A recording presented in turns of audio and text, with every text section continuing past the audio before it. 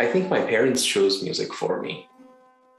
I was musically inclined in the sense that when my parents played records of the great masters to me, especially those of Pandit D.V. Paluskar, when I was 3 or 4 years old, I would try to replicate them vocally. And I think some rather embarrassing recordings still exist of me trying to sing those, short 78 RPM renderings of rags like Hamid and Kedar of Panditji's. So you can say that that's essentially where my music started. So I couldn't say if music chose me or I chose it. I think I'd credit my parents for choosing music for me. I guess what I have learned about myself through the process of making music, now this is not really specific to any particular rags, is that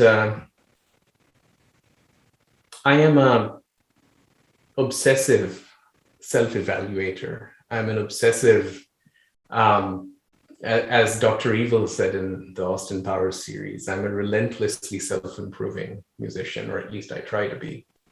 And I think that's what I have learned. That's what I have found out about myself. And that can be a very frustrating thing because, you always look back at your own recordings and cringe most of the time.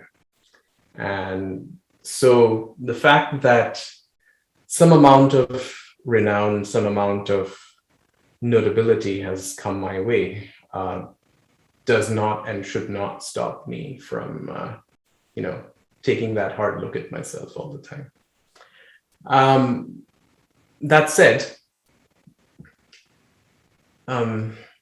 this analysis, the process of self-evaluation, can be a big liability when it comes to being a performer. I find that those performers who have perhaps stopped looking at themselves in a very scrutinizing fashion tend to be better performers.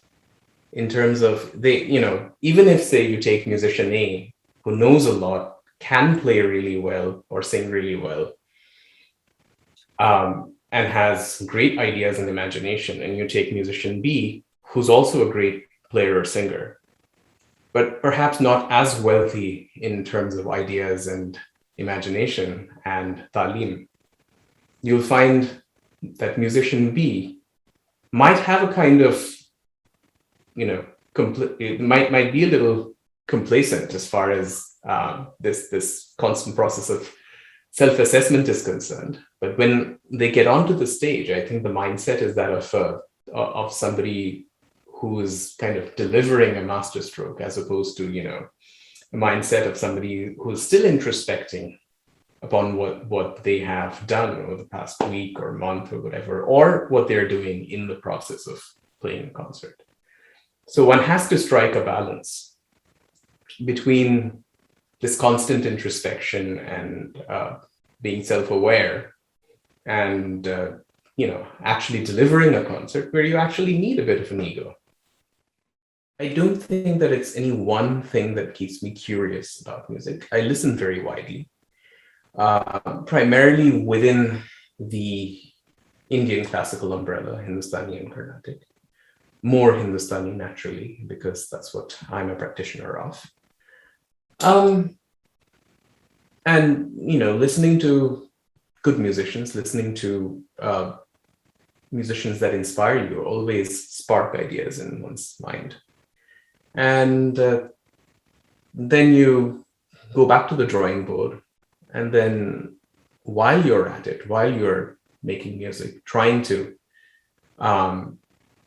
practice or to revisit some part of the process, there is always something that stands out, and something, there's always an itch to do something better than you did yesterday. Right? But even in quantitative terms, I'm probably a few hundred bandishes richer now than I was 10 years ago. I mean, that's in absolute terms. And in less absolute terms, in more subliminal terms, I suppose, a lot more. And, it's a constant process of self-evaluation apart from your formal learning. And, I have not ceased to learn formally, even at this age and after significant performance experience. So that is an ongoing thing. But there is this secondary track, or rather, I would say it's the most important track for any artist, is to constantly self-evaluate and reevaluate and try to look at yourself. It's almost like stepping outside of yourself and looking at yourself. So that process is always ongoing. So yeah, I'd say that I certainly have grown quite a bit in the past decade.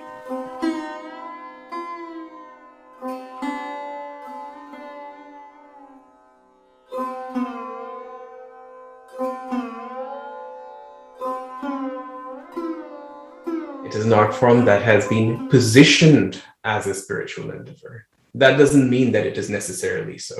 Of course,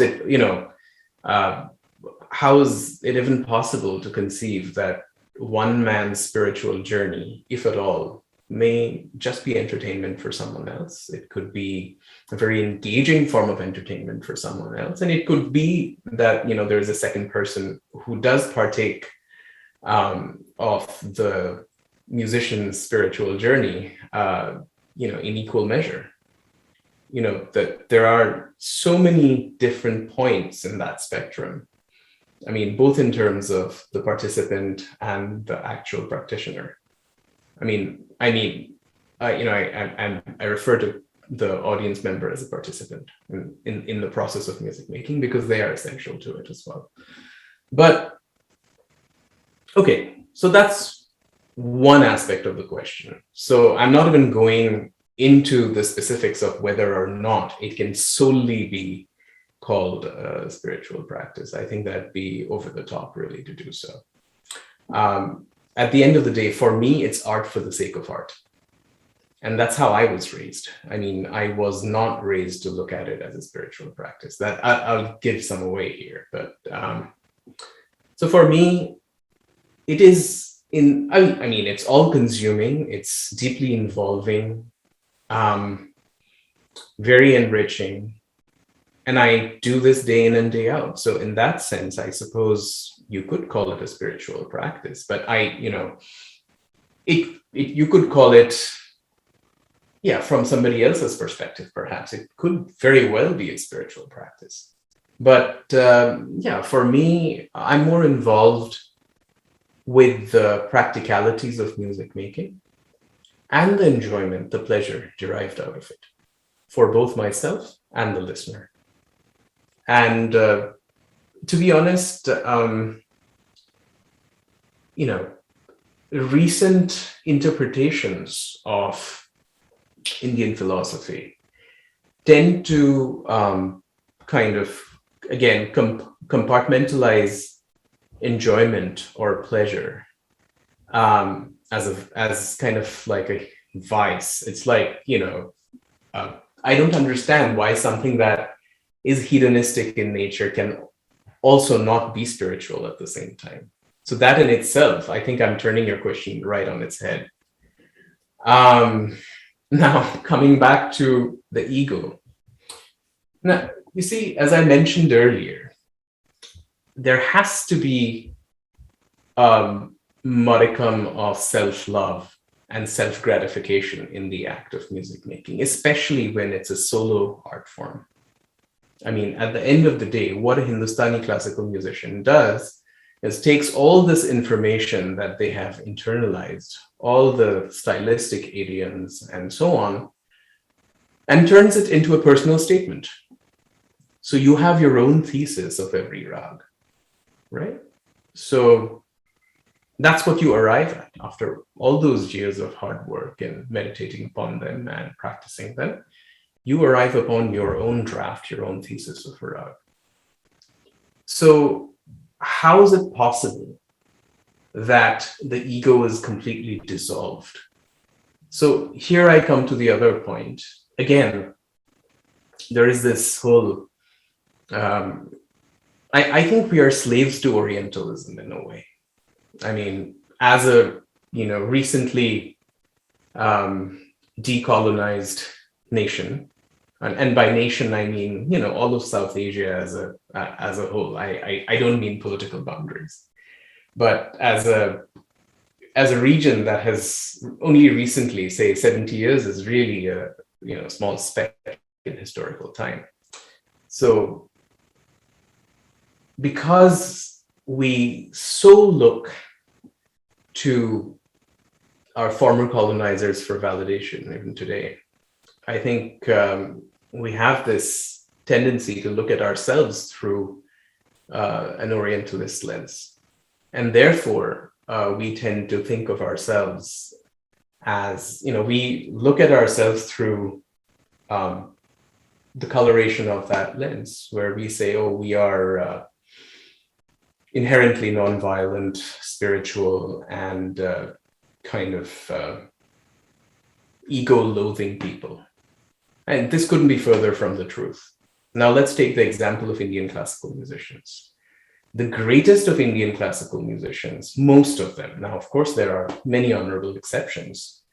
Again, not making a value judgment by using the word honorable there, but some of our greatest artists have been egoists of the highest order.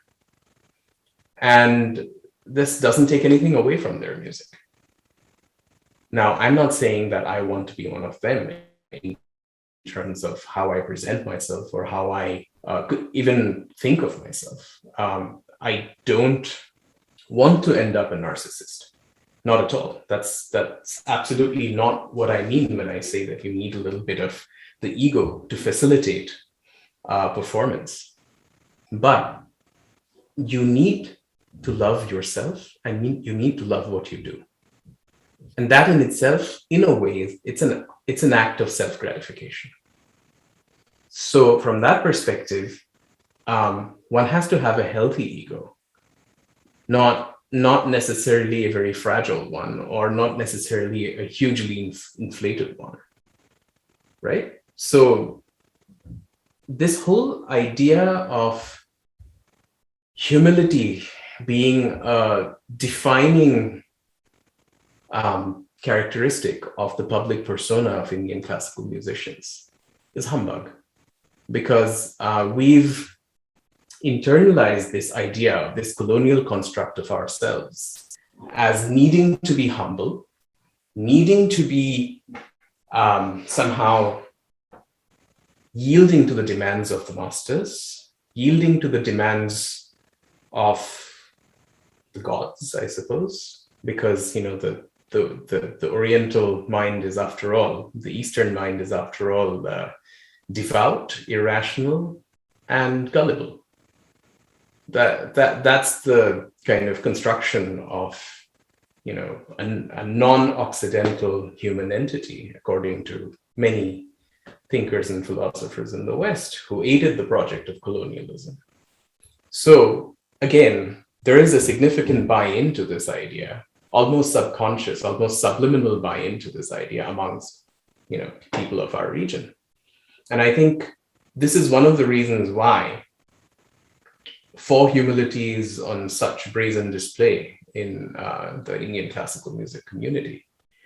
I think it's very important to be real and humble to yourself. I think it's very important to, when you look at the mirror, you need to know what you're looking at, and to be absolutely sure that absolutely honest to yourself about who you are and what you are. Beyond that, I think you're not really accountable to anyone who's looking at you on social media, on television, or on the concert platform. There, what you do owe them is a good delivery of a concert, nothing more, nothing less. So this artist is so humble, that artist is so humble.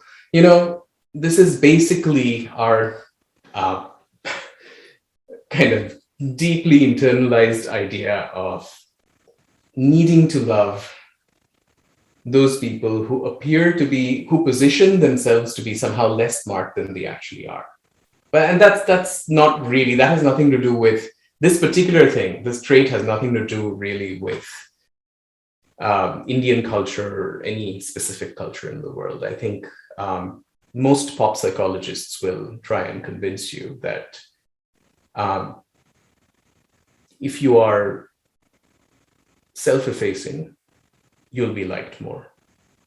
And I don't really see any reason why one shouldn't be genuinely self-effacing or, sort of have a sense of humor about one's own shortcomings. But do Indian classical musicians have a sense of humor about themselves or about anything? Rarely. So this whole construct of an Indian classical musician as very humble and doing 1,000 salams and namastes and pranams on stage and seeking blessings every 5 seconds, that's an act. Let's face it.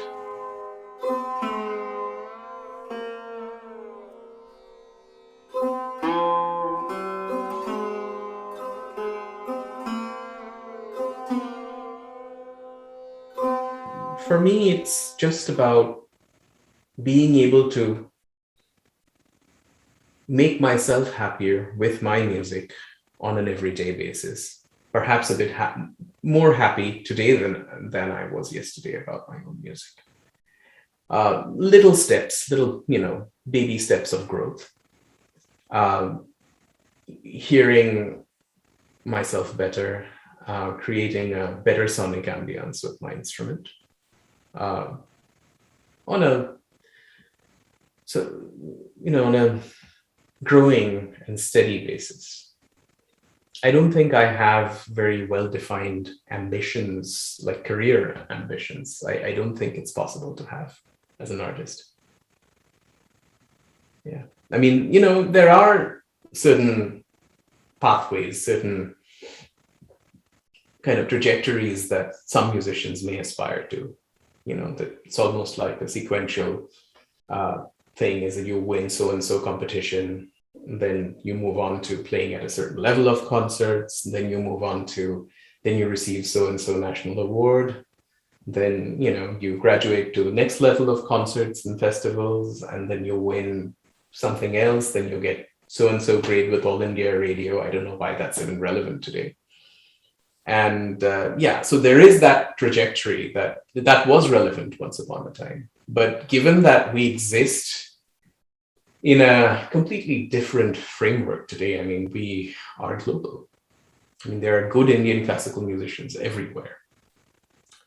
Given this, I think that very narrow, geographically restricted kind of set of recognitions and parameters that define excellence have ceased to be relevant. But yeah, for speaking of myself and speaking for what I consider my artistic goals, I think my artistic goals are just to be honest to myself, be honest to the raga, and to be able to enjoy my own production of an interpretation on a given day, and hopefully, going on to enjoy it more and more. And that way, I know for a fact that if I enjoy a particular rendering of a rag, it's definitely true to itself. Many gharanas have their own unique way of looking at a rag. Of course, all of these eventually have to be met with a consensus among the wider community of musicians. But there are generally accepted drafts of rags. Let's say that, the Agra Gharana looks at Jai Jayanti in a particular way. The Sainis of Rampur look at it in a so-and-so way. The Gwalior guys sing it in a different way. So, but all said and done, all perspectives are accepted as valid. However, there aren't too many people today who can authentically and faithfully reproduce the kernel of the program that we call Jai Jayanti in either of the three styles that I mentioned, without resorting to, mimicking something that some popular artist has done. This is where I think the talim that you receive, the rag wisdom that you receive from your gharana elders is very important. For me, I've been very fortunate to have learned each rag that I know, and I don't want to brag, but I have a fairly a large library, working library of rags. I mean, by today's standards, I've heard that musicians before us operated with many more. But given that, and I've learned all of what I know from 3 or 4 different sources. So I've learned them from Pandit Buddhadev Das Gupta. I've learned them from Dr. Kalyan Mukherjee, from Pandit Yashwant Bua Joshi. And I continue to learn the same rags and polish them and revise them with Ustad Irfan Muhammad Khan today. So, and Irfan Khan Sahab in that sense is very, very interesting because he's kind of like probably the last living library of alap and kind of rag expansion tools as practiced by the Surshingar players of Rampur, a century and a half ago. Because his ancestors learned from Ustad Basat Khan of Banaras, who was originally from the Saini family, and he had settled in Banaras and so on. And each subsequent generation also learned from descendants of that line. So I've been very fortunate to receive a lot of his wisdom. So I think this aspect of, gharana or whatever, the lineage system ought to be maintained. I mean, the word gharana itself, honestly, is a fairly new, it's of, 20th century import, really. It's a recent addition to the tradition, as ironic as it sounds. But yeah, this is the aspect that needs to be maintained of traditional pedagogy. So in terms of providing us with pedagogical tools, I think the tradition has a lot to offer. What needs to be got rid of course, is one gharana hating the other gharana and sort of not being very receptive to their musical ideas and being outright dismissive. I think that's rather silly. Also, I think the other thing that we need to get rid of is how every musician traces his lineage back to his or her lineage back to Tansen. I think that the mythology around Tansen, without really knowing what the music of the Sainis really was, it can be very irritating.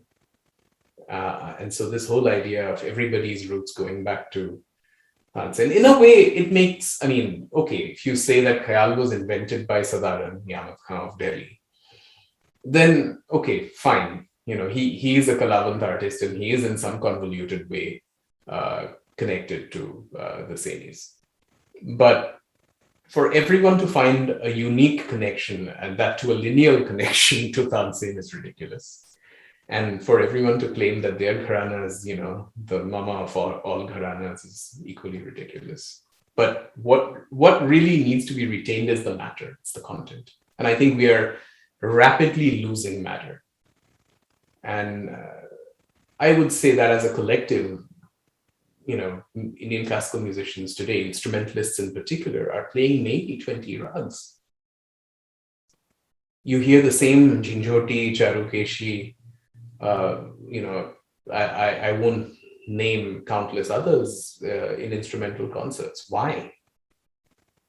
Are we really so lacking for rags to play?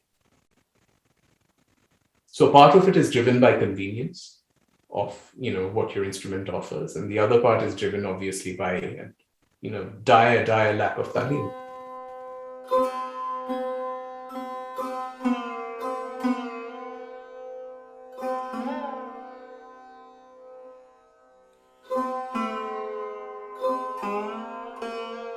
Being described as somebody who condemns politics almost makes it sound like I'm either apolitical or not politically engaged.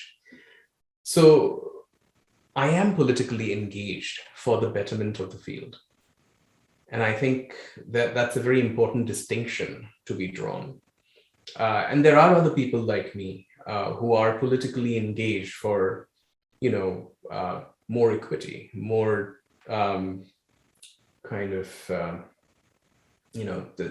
we have a situation in this music where some are more equal than others.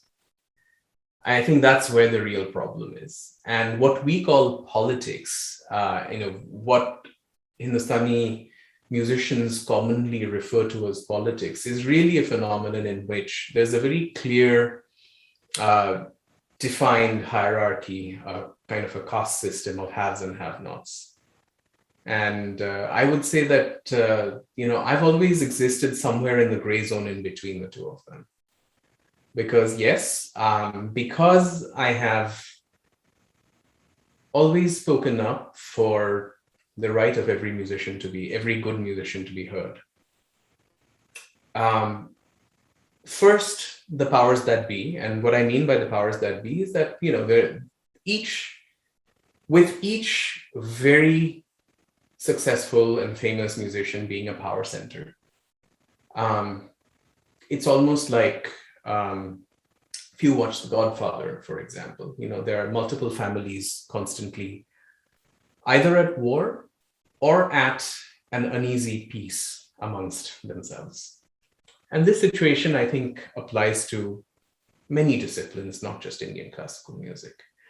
But obviously, and this is another excuse given by, those who favor this sort of a system, is that, oh gosh, this happens in every field. But instead of, and this is classic whataboutism. Well, it happens everywhere. This is kind of the standard answer in every area when you point out that something's wrong and needs fixing. But that's also the case in other areas. So that's immediately trying to shift the focus, in favor of trying to retain status quo, because the status quo benefits some, and those who are benefiting from the status quo would like to retain it. I mean, it's okay. That's realism. Fine. Now, coming back to, various clans or sort of rival groups, who are either at war or at peace with each other, or, as I said, an uneasy peace with each other. It's really due to the fact that the actual volume of resources available in this, for musicians of this kind, is very small.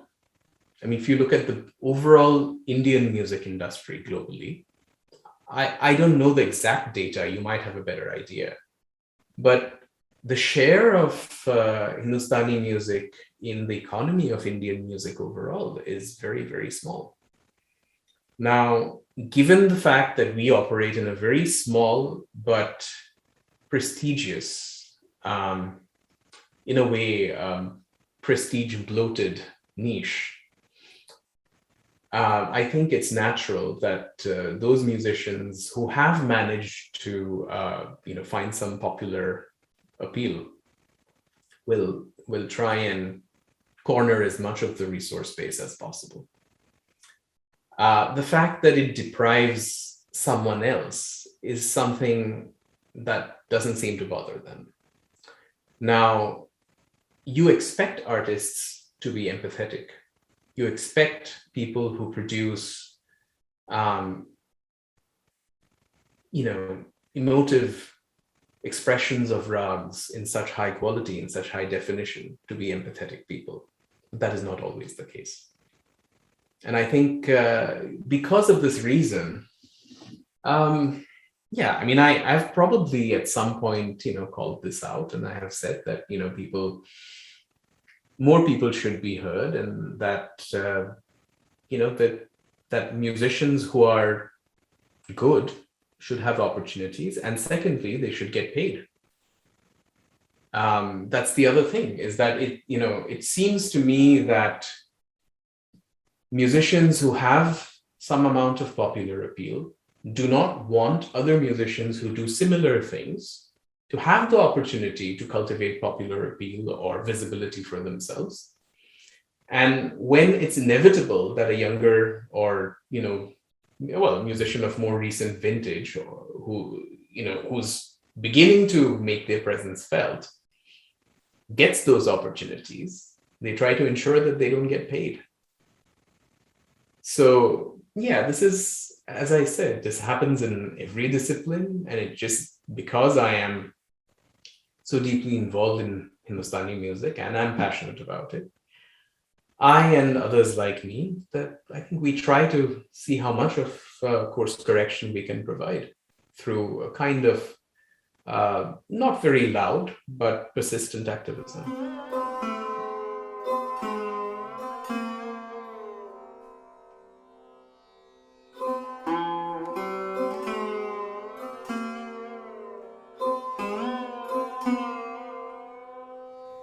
I think that we have at this point in time the largest number of independent women musicians who are thriving professionally.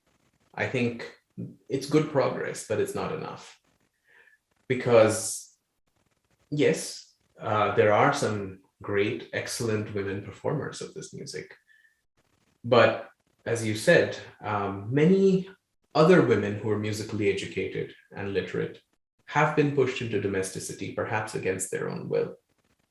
And the reason why this has been done in the past is because traditional hereditary musicians believed that, well, actually, I wouldn't say that they're unique in believing this, but they knew nothing other than a patriarchal family setup where the male musicians would practice and the women would provide material comforts for them, by cooking for them, taking care of their everyday needs in the home, so that they were free to do music. Now, it doesn't really work that way for us, does it? I mean, at least for me, it doesn't work like that. I do most of the mundane cooking in my house. I do most of the cleaning. I walk the dog more often than my wife does, because I have to make sure that she has the space to, think about what she's doing at work. I mean, she's an economist and she has a high pressure corporate job. So I have to make the same amount, if not more, room for my wife as well. But it's a give and take. At the end of the day, she ensures that, I don't take on all those pressures of domesticity, and that I have enough time to put in 3, 4, 5 hours as I need, of musical time, in addition to teaching. But then, of course, teaching is like, for me, it's like going to work. I mean, concerts haven't happened for the past year and a half, of course, thanks to COVID. So right now we're living a very sedentary and settled life. So I'm referring to the current lifestyle. But yeah, going back to women musicians or women who could have been musicians, I think, yes, many of them are victims of patriarchy, but that's been the case for most of history, that, women who could have been something great were deprived of that opportunity due to the fact that they grew up in a predominantly patriarchal setup. I don't think this is particularly unique to Hindustani music. How does this connect to the Me Too sort of movement? That's a good question. I think,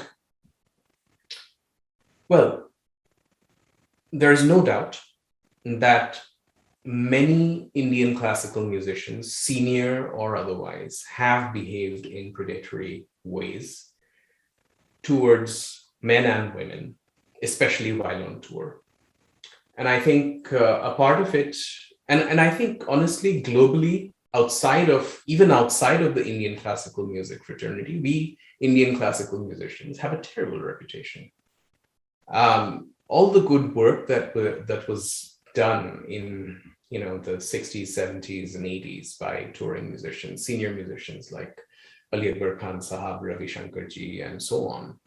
All the good work they did as people spreading information and awareness about this art form has been undone, thanks to really unacceptable behavior by male Indian classical musicians, mostly the senior ones. And while one whole generation, especially generation born in the 40s and 50s, and some guys I know who are born in the 60s, I think are largely responsible for this decimation of a market. If at all, you don't care about anything else but the market. because what I know these men to be, the only one thing that they do care about is the existence of a market in which to peddle their wares. And even that is apparently not important enough. So yeah, and I think this happens because, and I grew up quite oblivious of this, because I grew up in a family that did not treat me any differently from my sister. My sister was a champion swimmer growing up, and I was really, I played second fiddle for a long time. It was only in my teens that I began to emerge from my sister's shadows. But I grew up oblivious of the fact that male children actually grow up in India, with so much more privilege than their female counterparts.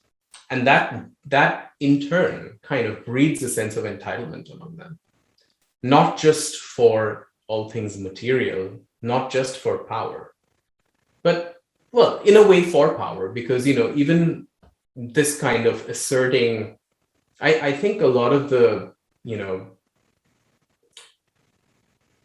behaviors, especially the sexual, the predatory behaviors of Indian classical musicians or Indian men in general, has been due to, thinking that this is one way to assert dominance. And, woman is an easy target, according to them. And this is the kind of conditioning that we as a society, South Asia, India, Pakistan, Bangladesh, all of us have to grow beyond. And, there are deeply ingrained social factors. The gender ratio in some parts of India is completely out of whack. And then there is this special privilege that a male child enjoys growing up. So all of these things come into play. So it's not just Indian classical musicians. Yes, in one word, this behavior is unacceptable in any professional field. But why this happens in South Asia? I mean, India, as you know, it's a horrible distinction to have, but it's a rape capital of the world. And so I don't think that Indian classical musicians are, in that sense, any sort of exception. I think they are the everyday men that you hear about, in the news, and that's what it is.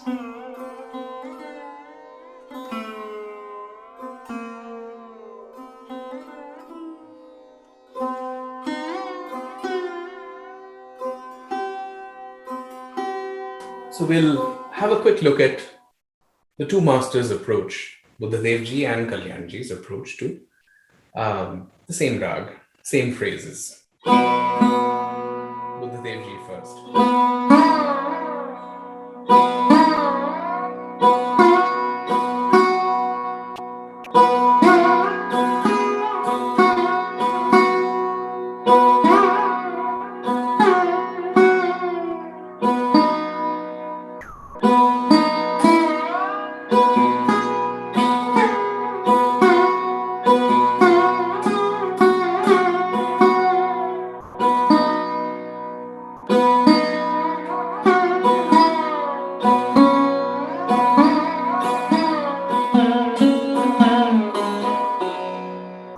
This is Buddhadevji. Now, Kalyan Mukherjee would treat the same phrases quite differently. He would play the same alap slower and would be more focused on the twists and turns of melody, rather than kind of evoking a particular stylistic idiom, particularly of Ustad Bade Ghulam Ali Khan, which Buddhadevji was very prone to doing. So Kalyanji.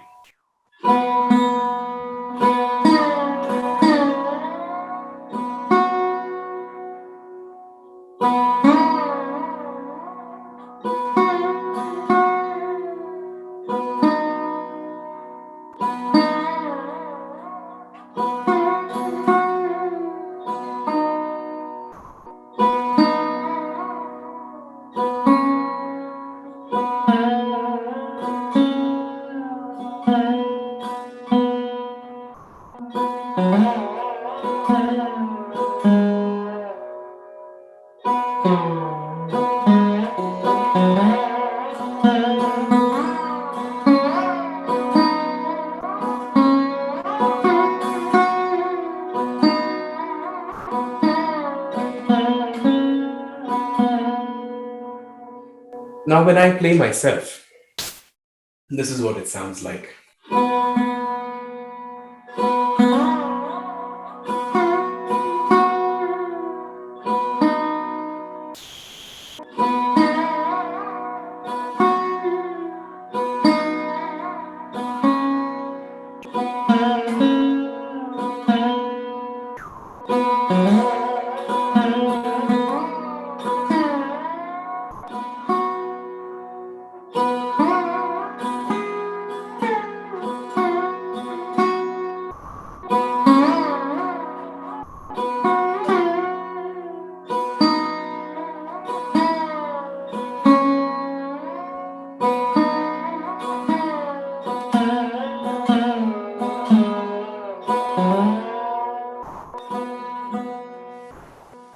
So it's kind of like a distinct synthesis of both and some more.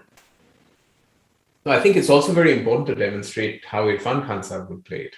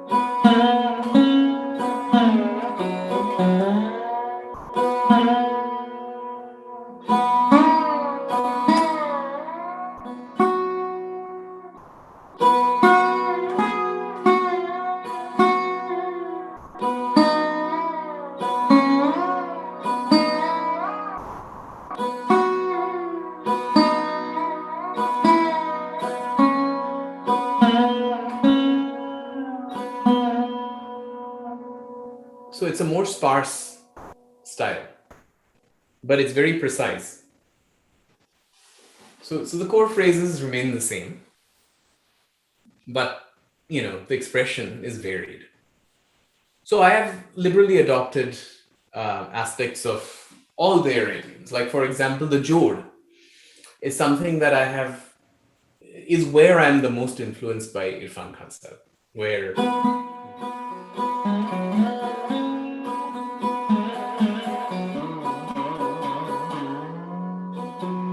typical Agra style gamak.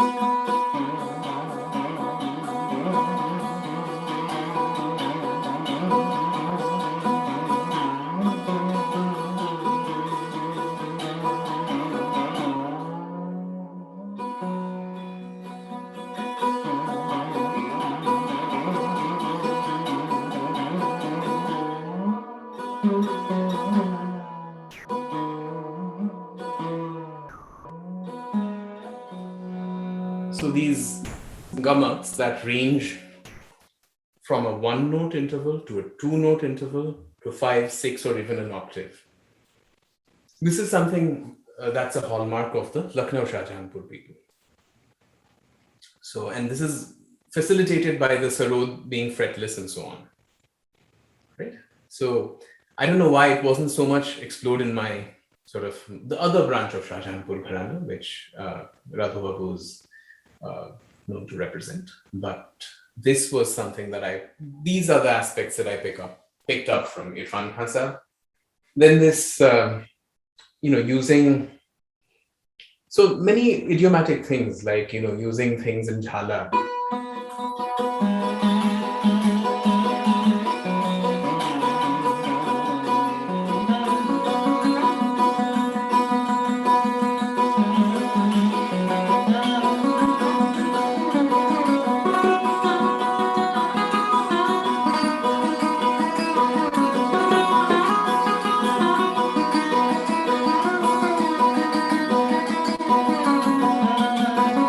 Here I'm doing a lot of 3-stroke patterns before coming on to the 4. So I'm doing 3 plus 3 plus 3 plus whatever, and then coming up to a multiple of 4. So I'm using the LCMs of 3 and 4 very liberally while maintaining an overall flow of 4. This is something that there's another Ustad in our Lucknow Shahjahanpur tradition, Ishtiaq Ahmed Khan Sahib.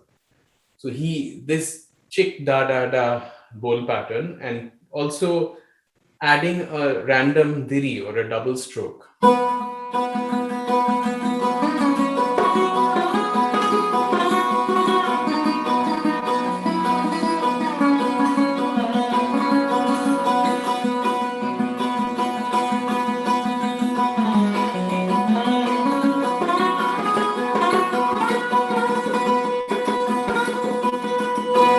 So this kind of texturing was a hallmark of Ishtiyaq Khan Sahab, who unfortunately died very young at the age of 49 or something in the 1960s. So he's not very sort of well known in that sense, but he influenced a lot of great Sarod players of the generation who were born in the 40s. So yeah, I've picked up a lot of things from Ishtiyaq Khan Sahab's recordings as well.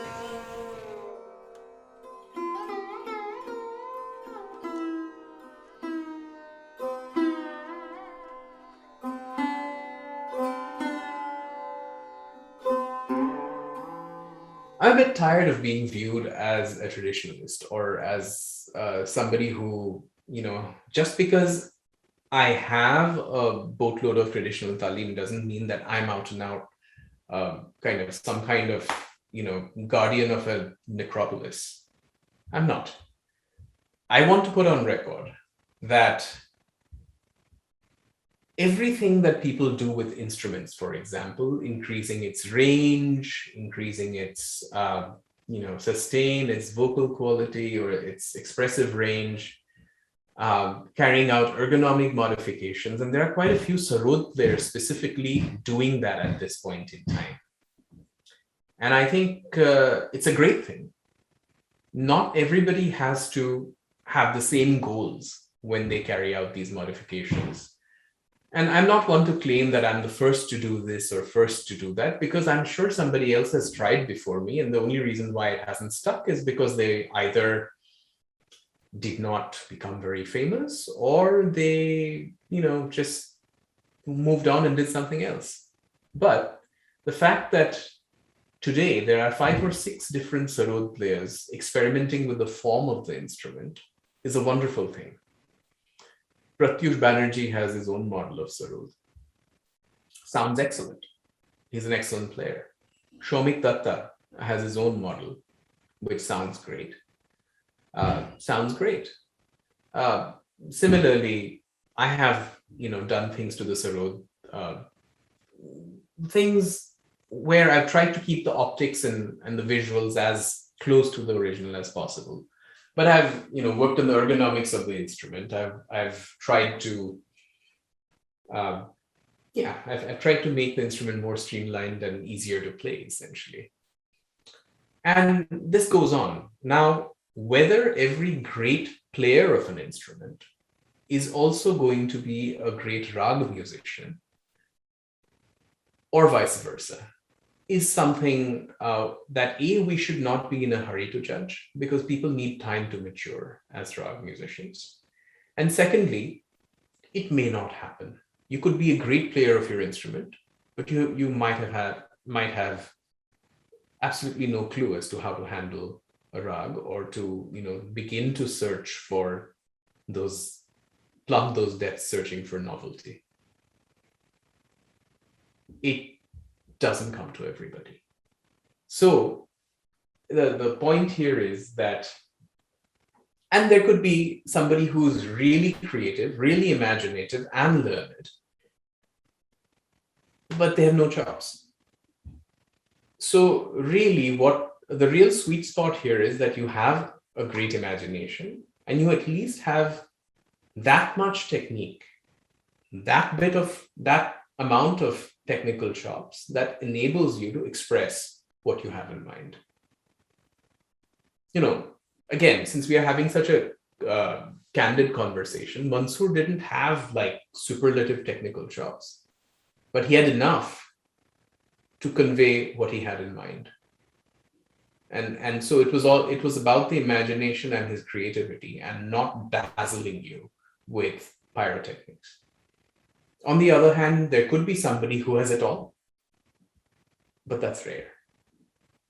This is something that I really wanted to put on record because, I don't want to be perceived as a guardian of Raga Necropolis. Yeah, and I think this perception has been growing, fermenting in some quarters.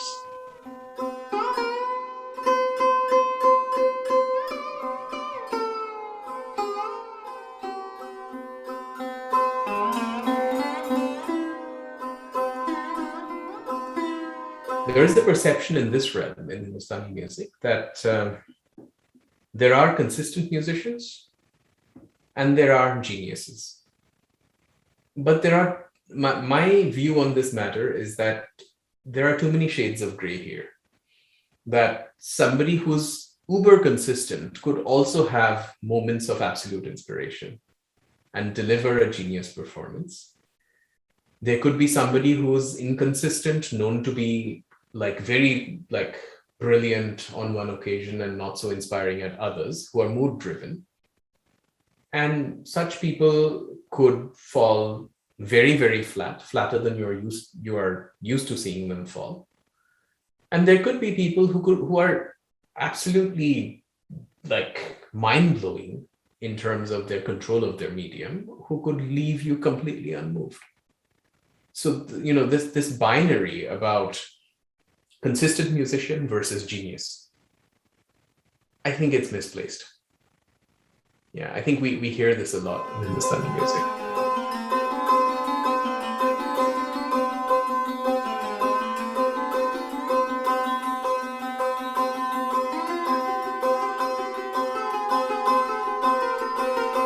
I think what made Bhimsenji different was, and many others like him, including Ali Akbar Khan Sahab, for example, that these people were radicals, really, because they grew up in a time of unprecedented social volatility in India. The independence movement had reached more or less what you can call its height. India was politically far from stable. The princely states were kind of, on the verge of extinction, although the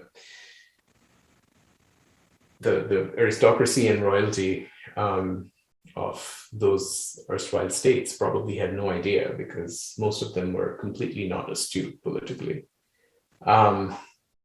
just lived in their own bubbles. Because we had just got to a point, it was the entire sort of society and intelligentsia, so to speak, was bubbling over with a kind of discontent in that period. And I think that's what caused Bhimsenji's music and that of Ustad Ali Akbar Khan Sahab and Vilayat Khan Sahab. They're all very edgy musicians because they are they're products of a very edgy time, so to speak. And speaking of artistic contribution, voice throw is one thing, definitely, in terms of Bhimsenji. Mixing gharanas, I think, happened before as well.